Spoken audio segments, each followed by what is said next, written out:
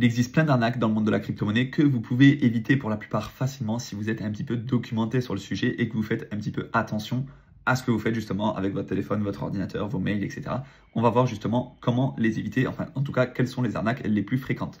Tant que j'y pense, l'une des arnaques, moi, qui m'énerve, c'est toutes les personnes qui usurpent mon identité, que ce soit sur Insta, sur TikTok, sur YouTube. Il y a beaucoup de personnes qui se font passer pour moi, qui envoient des messages à mes abonnés et qui vous disent « Je peux t'aider à générer plus de rendement, envoie-moi un message sur Telegram, etc. » Non, j'ai clairement pas de groupe Telegram, donc ce sera clairement de l'arnaque que vous pouvez signaler. Si c'est ju.eth, c'est mon compte. Si c'est autre chose, avec un autre point, avec un autre tiré, avec un autre trait, etc., une autre lettre, c'est clairement un compte fake que vous pouvez signaler. Si vous avez un doute, eh bien, en fait, s'il y a un doute, il n'y a pas de doute. Donc, faites très attention. Et puis, moi, de toute façon, je ne vous enverrai jamais un message pour vous proposer de générer quelques rendements en plus, etc.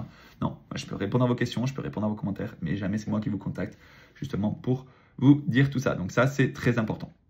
Voilà, les scams en crypto, en 2024, c'est 12,4 milliards de crypto dérobés. Et ça, c'est colossal. Et malheureusement, en fait, on ne peut pas y faire grand-chose parce que parfois, les fonds sont ultra bien... Enfin, les arnaqueurs, ils savent s'y prendre, même si tout est traçable. Mais les personnes ne portent pas forcément souvent plainte, etc. Donc, c'est des centaines de milliers de victimes.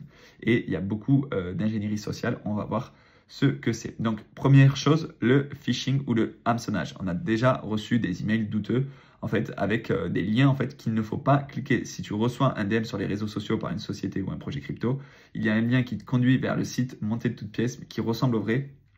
Tout comme le vrai site, on te demande tes clés privées et en quelques minutes, ton wallet est siphonné. Mais même de manière générale, si on sort du monde des cryptos, parfois payer une contravention, etc. Non, c'est toi qui vas sur le site et qui rentre tes trucs. Mais si tu reçois un mail avec un lien et tu sens que c'est un mail douteux, hop, tu laisses tomber, tu vires ça à la poubelle et tu bloques l'adresse. Voilà, tout simplement. Donc, le plus souvent, tu reçois des mails qui évoquent des transactions ou des faux retraits te fournissant un lien pour annuler, jouant sur l'urgence. Et attention, ça, la notion d'urgence est très importante. Il y a beaucoup de personnes qui disent « Oh là, qu'est-ce qu'il faut que je fasse? Vite, vite, vite, il faut que je clique là parce que maintenant ce sera trop tard. » Et en fait, ils ne prennent pas le temps de vérifier. Les sites de phishing sont parfois intégrés à de vrais sites ou les réseaux sociaux officiels. Donc, il faut faire très attention. Alors, ils sont redoutables et difficiles à déceler. Par exemple, le compte X de Bloomberg, avec un lien qui est envoyé vers un faux canal. Alors, je pense que du coup, le compte avait été hacké, mais en attendant, c'était un faux canal Telegram. Ensuite, on a le scam à la romance. Donc, c'est plus ou moins ce qui est lié à l'affaire Brad Pitt. Je ne sais pas si vous avez entendu parler de ça, mais d'un point de vue extérieur, ça peut paraître absurde, mais finalement, quand on est dedans, ça peut être très compliqué. Donc, ils nouent une relation, font connaissance, dévoilent leur vie personnelle, créent du lien, une relation sur plusieurs semaines, voire plusieurs mois. En créant un climat de confiance et de séduction, les conversations s'orientent petit à petit vers des opportunités d'investissement. La personne vous parle de ses gains grâce à la crypto, vous êtes désormais amis, voire plus, et vous souhaitez faire partager les bons plans. Elle vous a envoyé quelques cryptos, elle vous reverse les bénéfices. Les victimes voyant des gains, enfin vous lui avez envoyé des cryptos, pardon, qui vous reverse les bénéfices. Au début, c'est OK. Et voyant des gains, il rajoute de l'argent encore et encore jusqu'à un portefeuille qui appartient en réalité au scammer. Et au moment où il souhaite retirer, le scammer disparaît. Et bien souvent, cette technique longue et fastidieuse est aussi la plus rentable avec des sommes dérobées très importantes. Et quand on voit ce qui s'est passé avec l'affaire Brad Pitt, c'est plusieurs centaines de milliers de dollars. Donc clairement, ça peut être dévastateur. Ensuite, l'ingénierie sociale exploite les vulnérabilités humaines, pas seulement les faiblesses techniques. Parce que oui, il y a des faiblesses techniques, mais là, comme ce qu'on a vu avant, c'est en fait une erreur liée à l'humain. Donc ça ne consiste pas à pirater votre ordinateur, hein. Ça joue sur les émotions, la manipulation et des tactiques trompeuses pour exploiter la confiance des gens. Par exemple, donc c'est le vol de 1,4 milliard de dollars par le groupe Lazarus, c'est un groupe nord-coréen. La campagne de malware qui a été une campagne d'ingénierie sociale qui a ciblé des demandeurs d'emploi dans l'espace Web3 avec de faux entretiens d'embauche grâce à une application de réunion Grasscall malveillante. Donc tout ça, c'est en fait, ça joue sur les émotions des personnes et clairement, c'est déplorable puisqu'il y a beaucoup de personnes qui tombent dedans. Exit scam. Tous ceux qui sont dans la crypto ont déjà subi un exit scam. En fait, c'est lorsque la team décide de stopper leurs opérations après avoir accumulé une grosse somme en partant avec le fonds des utilisateurs. Donc, c'est le cas par exemple des développeurs de Komodo qui sont à l'origine d'un exit scam de 4 millions de dollars avec la fermeture de l'ensemble de leurs réseaux sociaux. Ça, c'est différent. C'est toi, tu décides d'investir sur finalement quelque chose qui n'a aucun fondamental derrière, enfin, où la team s'est barrée avec. Mais finalement, c'est aussi une arnaque puisque tu ne retrouves pas ton argent. Un soft rug, dans certains cas, c'est récurrent, c'est très dur à déceler et ça a été effectué sur le long terme. C'est en fait un endroit où la team laisse mourir son projet, ne faisant plus aucun effort pour le faire vivre. Et évidemment, du coup, le prix du token se casse la gueule et finit à zéro. Toi, si tu es passif sur tes investissements, et bien c'est pareil, tu as investi sur un projet, c'est un petit peu la même chose que ça, où la team a disparu. Là, ils se sont barrés avec la caisse. Là, ils ont tout simplement laissé le projet mourir. Malheureusement, ça arrive très souvent. Un faux site internet, évidemment, ça, vous connaissez.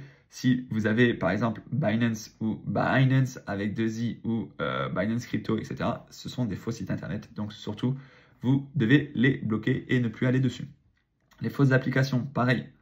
Quand vous allez, normalement, c'est assez bien fait, par exemple, sur l'Apple Store, etc., mais ça peut quand même se glisser avec une publicité pour aller télécharger une fausse application. Ledger Live, Web3, non, ça n'existe pas. Ledger Live, par contre, que vous allez chercher sur l'Apple Store, etc., oui.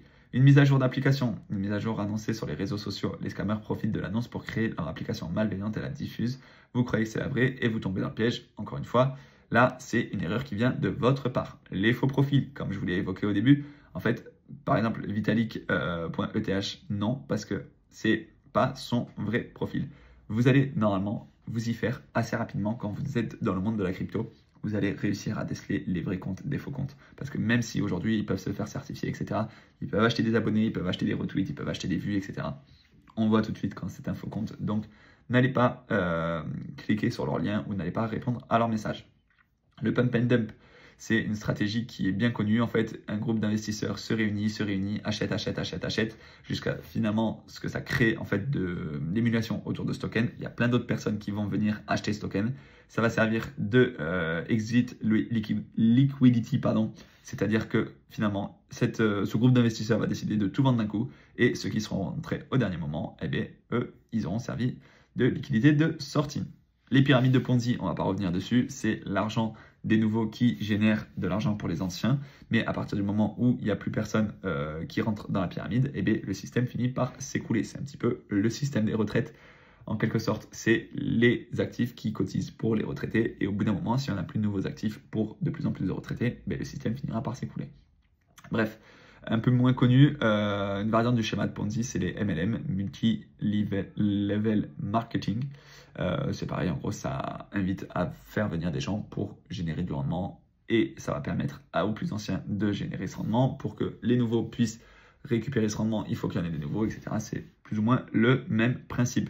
Les backdoors dans le smart contract par les développeurs, en fait, ça peut être pareil. Il faut analyser son projet. C'est difficile quand on n'est pas développeur, mais en tout cas, il peut y avoir une porte de sortie dans le smart contract d'un token. Et donc, dès le début, le but, c'est d'arnaquer. Voilà. Et ensuite, on va finir avec, bon, ceux-là, ils sont un peu moins connus, les fake ICO. Donc, c'est quand une ICO, c'est une Initial Coin Offering qui permet donc la collecte de fonds pour, c'est comme une IPO, en fait, une introduction en bourse. Là, c'est pour les tokens. Et finalement, c'est ça permet aux utilisateurs de déposer de la crypto dans un portefeuille qui finalement appartient aux scammers.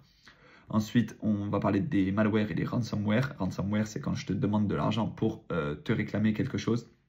Et finalement, si j'ai pu te hacker ta caméra ou ce que tu écris ou des photos, etc., je peux demander une contrepartie. Attention, à partir du moment où vous tombez dans un ransomware, là, clairement, c'est la cata.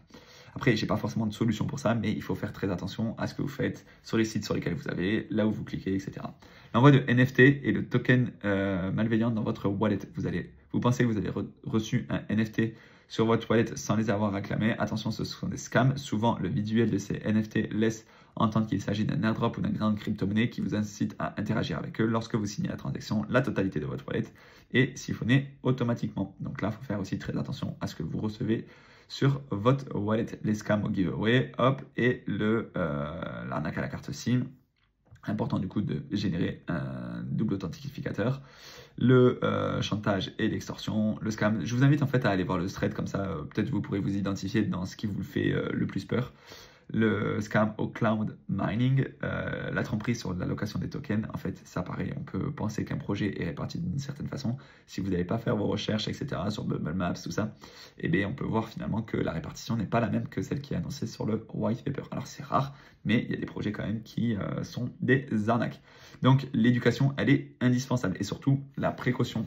Regardez plusieurs fois, c'est embêtant, mais regardez vraiment les liens sur lesquels vous cliquez. Allez, si vous avez des doutes, allez générer, par exemple, ne cliquez pas sur un lien Binance, allez vous-même sur Binance en tapant binance.fr, binance.com, etc.